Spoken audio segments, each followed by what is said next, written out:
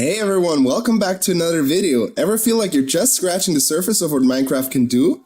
Whether you're a seasoned player or just looking to level up your game, I've got 10 Minecraft tricks or life hacks that most players probably don't know about. So without further ado, let's dive right in.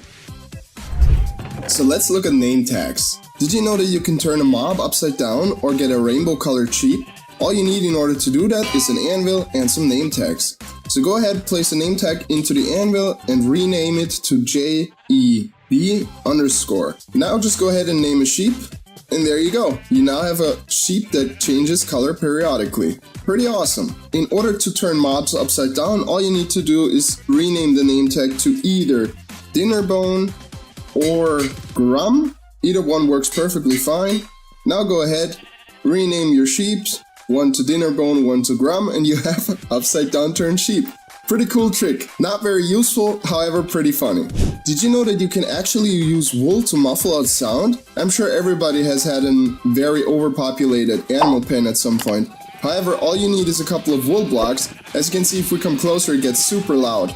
But if we build a barrier out of wool in between us, all of a sudden it's quiet. And if I turn around, I can't even hear it at all. If you remove the wool block again, you can see it gets super loud. This is a pretty useful trick if you just want to quiet down your base. This can also be used for redstone contraptions. Here we have a pretty loud redstone contraption, just an observer clock connected to a bell. And again, all we need to do is just build a barrier out of wool blocks, and there you go, it's completely quiet. Pretty useful mechanic. Did you know that you can build a secret item storage? If I throw items on top of this solid block, they disappear. However, if I throw them over here or here, they stay floating on the ground. This little trick is done by using hopper minecarts. A hopper minecart can actually pick up an item through a solid block. As you can see, our oak logs are all in this chest. In order to build this, all you need is a minecart, a hopper to create a hopper minecart. Then you will need some rails, a chest, and a hopper. All you need to do now is just dig a hole, place down your chest, make a hopper go into the chest, place a rail on top of the hopper with the minecart up on top, and then all you need to do is cover up the hole. And there you go. If I throw items onto this block now, as you can see, everything is being picked up by the hopper minecart, and if we open this chest, all our items are in here.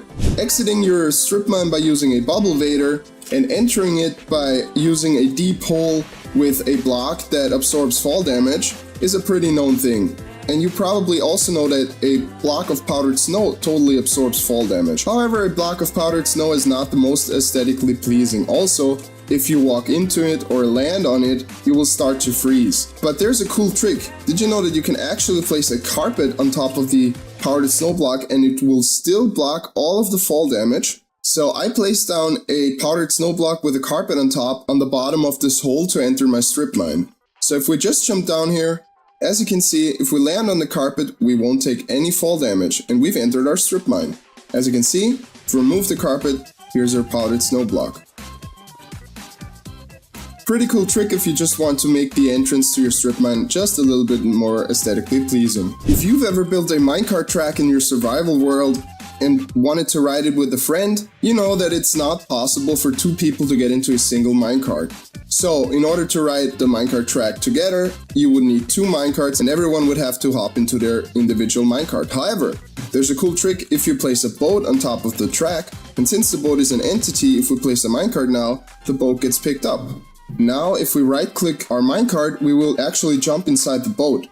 This will enable two people to ride the minecart. So if we just hit the button here, hop into the boat, both of you can get into the minecart and ride your minecart track together.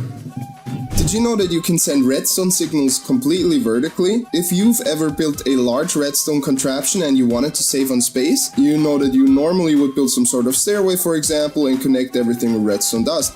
However, using walls, we can actually send the redstone signal completely vertical. The way this works is if we place 3 walls next to each other, you will build a structure with 2 pillars on the outside that are connected by a piece in the middle. However, if we place another wall on top, you can see that the structure actually changes and it gets this little jut out or pillar in the middle as well. So we can use this to our advantage. By using a sticky piston to push a piece of wall forward, you can see that the whole structure of the wall changes. So this block update can actually be detected by an observer. So down here we have a redstone lamp, and let's say we want to light this redstone lamp by sending a signal all the way from up there straight down. In order to do this, as mentioned before, we'll use this wall block, we'll push it on top of the wall right here, it will get detected by the observer, and the sticky piston will push this redstone block forward.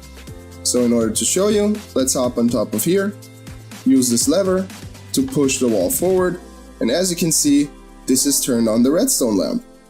If we turn it off again, you can see our redstone lamp has been turned off. Pretty cool. This is very useful if you want to send signals down into a cave, for example, or something similar. Any explosions covered by water will not explode any blocks. So if we place a TNT right here and light it, you can see that as soon as it explodes, entities will take damage, however, the blocks will stay intact.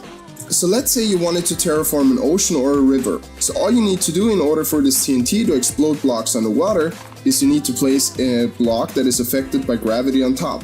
Now if we light the TNT, you can see that the sand falls into the TNT and the blocks around it will explode. So we could build something like this, a TNT chain, light all the TNT,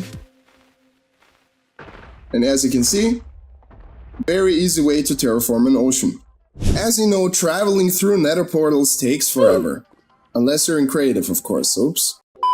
If we hop back into survival now, normally when you hop into the portal, it takes a while, it takes a couple of seconds, the screen gets all wiggly, and then you're able to phase through. If you want to phase back, again, you gotta wait a couple of seconds. But did you know there's actually a cool way to save time by using ender pearls? All you need to do is throw an ender pearl through the portal. As soon as the ender pearl lands in the other dimension, you will instantly get teleported through. As you can see, with this trick you're able to instantly phase through the portals. And since we're in the nether already, I wanted to show you another trick here.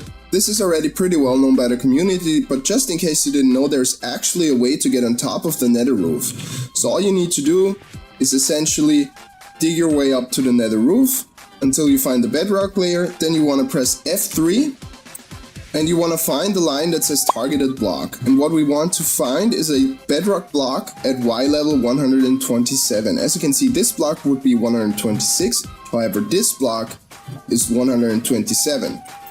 So once you find this block, all you need are some ladders. You want to climb up all the way, find the little divider line between the bedrock block and the ladder, and now you just want to throw an ender pearl. As you can see, press space once and we're on top of the nether roof. However, make sure to mark your block with a torch, as there are some ways to break bedrock, which will enable you to go back down. And another thing, make sure if this is your first trip that you bring enough obsidian to build a portal to get back to the overworld.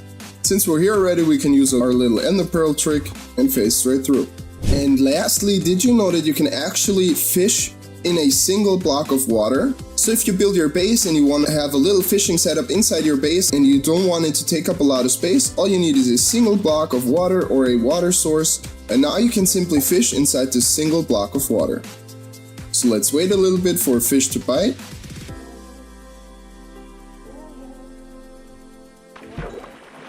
And there you go. We've got a fish out of a single water source block. However, there's one more thing, the water source block needs to be exposed to the sky. So if you build this inside your base, just make sure that right on top of the water source block is a little hole. There you have it, 10 hidden Minecraft mechanics or life hacks that'll totally level up your game. Which one surprised you the most? Drop a comment down below and let me know. And with that said, consider subscribing to the channel and liking the video if you enjoyed it. And if you want to support the channel even further, consider buying me a coffee, links down below in the description. With that said, see you in the next one. Bye!